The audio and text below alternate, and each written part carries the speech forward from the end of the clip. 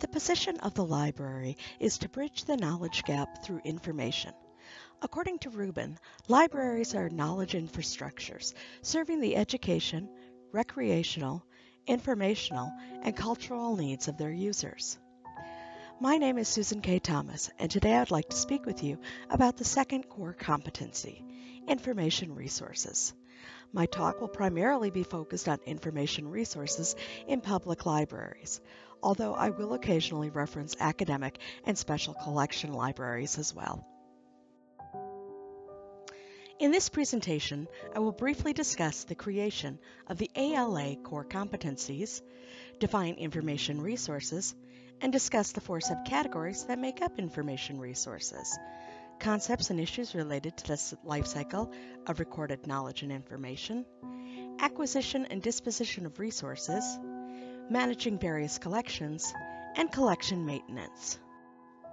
In 2008, the Presidential Task Force on Library Education presented the core competencies to the Executive Board of the American Library Association, who approved them at the fall 2008 meeting.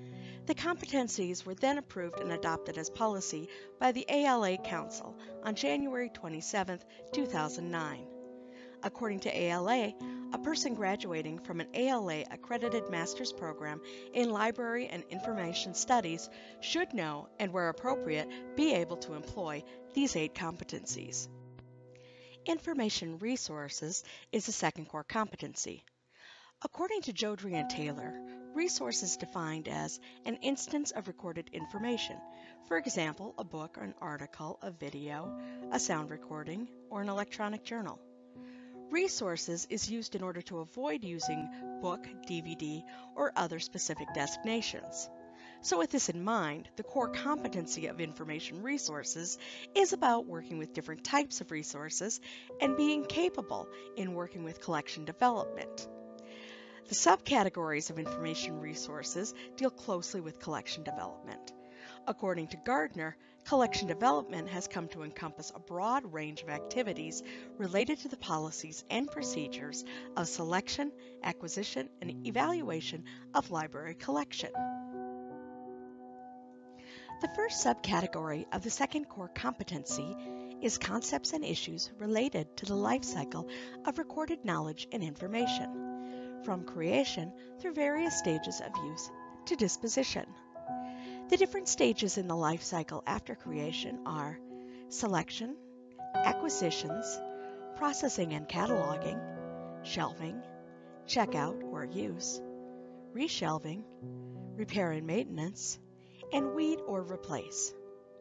While this list is specific to physical objects, some of the criteria do relate to digital collections such as ebooks and journals. The librarian must have an understanding of each of these processes. The remaining 3 subcategories go into further details about the collection life cycle. The second subcategory of the second core competency closely relates to the first, as it states, concepts, issues, and methods related to the acquisition and disposition of resources, including evaluation, selection, purchasing, processing, storing, and deselection. This is often the foundation of collection development. According to Patel, collection development is a dynamic and continuous activity. It involves the users, the library staff, and subject experts on a selection team. When selecting resources for acquisition, library staff must establish priorities. First, they must consider the budget. Once the budget is determined, staff can consider what items or collections are most important to the community. They can study circulation statistics, patron requests, and community needs to assist in selecting new resources. The next step is to determine the library's needs, which can be assessed by known gaps in the library's collection from weeding, the process of eliminating materials from the library collection. Weeding is the removal of materials, such as books, periodicals, and videos, from a library collection in a planned and systematic way. Libraries must weed with consideration. Statistics on resources circulation, as well as specific author and title, will help in determining whether it is a candidate for disposition. Items can also be easily weeded if the topic is no longer relevant or if the resources topic is often updated. Examples of these are guidebooks, real estate books, and SAT study guides. Items may also be weeded according to the physical condition. If a resource is damaged but has a relatively active circulation record, the library may wish to mend or replace the item.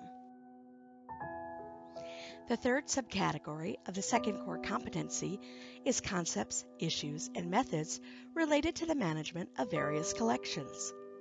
In the 21st century, collections housed within a library have expanded immensely to encompass both physical and digital collections, as well as non-traditional collections.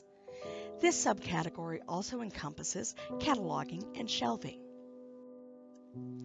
Physical collections not only include books and magazines, but also CDs and DVDs and video games. When managing these different types of collections, librarians need to consider usage and cost. Popular titles and authors will have significant waiting lists, so libraries need to consider the number of copies to purchase.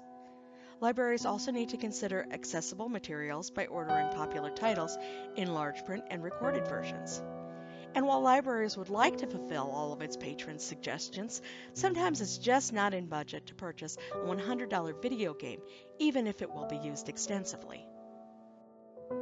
Collection management has expanded significantly in the last 10 years in terms of digital collections. More and more titles are now available through download and streaming, all free to the user. These include ebooks, recorded books, music, and movies. More and more libraries have non-traditional collections. Many institutions now lend mobile hotspots to patrons in order to alleviate digital deserts. Lending mobile hotspots allows users access to information that they might not have otherwise. Additionally, institutions are lending mobile devices, such as e-readers and iPods, to allow individuals access to information through ebooks and podcasts.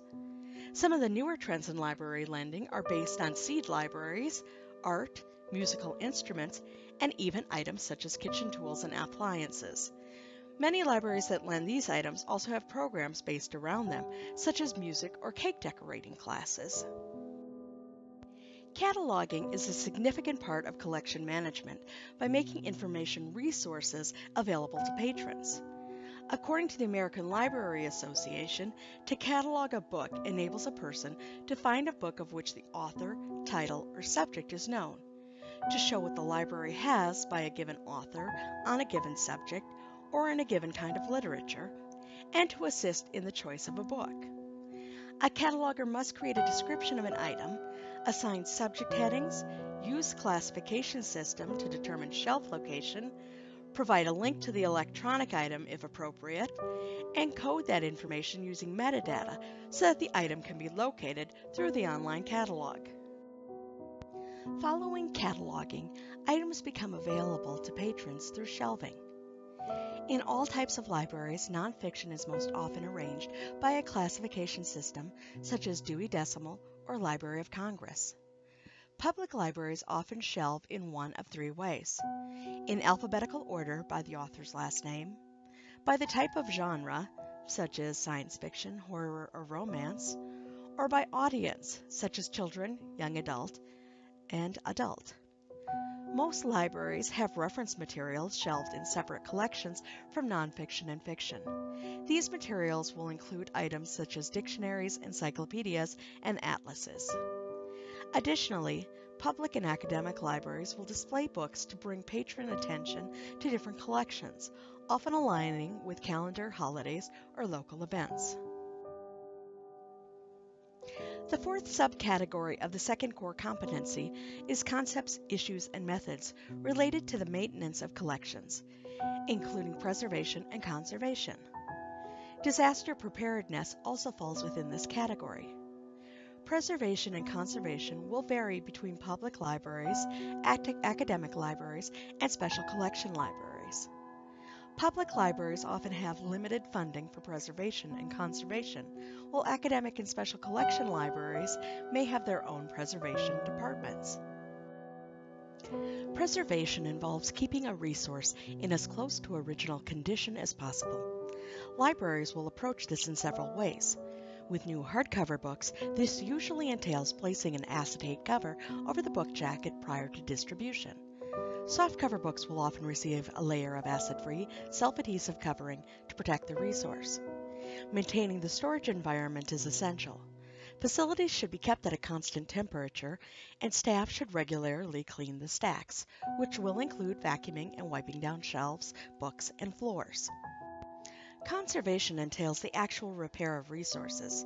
Public libraries may determine that replacing the item is more reasonable than repairing it. However, there are some easy and affordable repairs that staff in a public library can complete on a limited budget. Loose spines on books can be tightened or secured with book tape. Torn pages can be repaired with mending tape. CDs and vinyls should be cleaned regularly and be stored in acid-free cases. Disaster preparedness is a part of collection maintenance, as libraries must have procedures in place when disaster happens. Disasters may include rain and flooding, earthquakes, and fire. Water damage can be caused by natural disasters such as excessive rain and flooding, but also by faulty sprinkler systems, backed up drains, and water main breaks. Disasters can also be caused by chemical spills and vandalism. Disaster planning protects people, libraries, and materials. Procedures should be established on how staff will respond in case of a disaster. This will entail determining collection and salvage priorities, identifying disaster recovery resources, securing a budget for supplies and training activities, and purchasing and distributing in-house supplies. A disaster team should be established to plan and incorporate procedures. In this presentation, I have discussed the second ALA core competency, information resources. I have explained the 4 subcategories that make up information resources, concepts and issues related to the life cycle of recorded knowledge and information, acquisition and disposition of resources, managing various collections, and collection maintenance. Please post your questions in the presentation forum. Thank you for your time.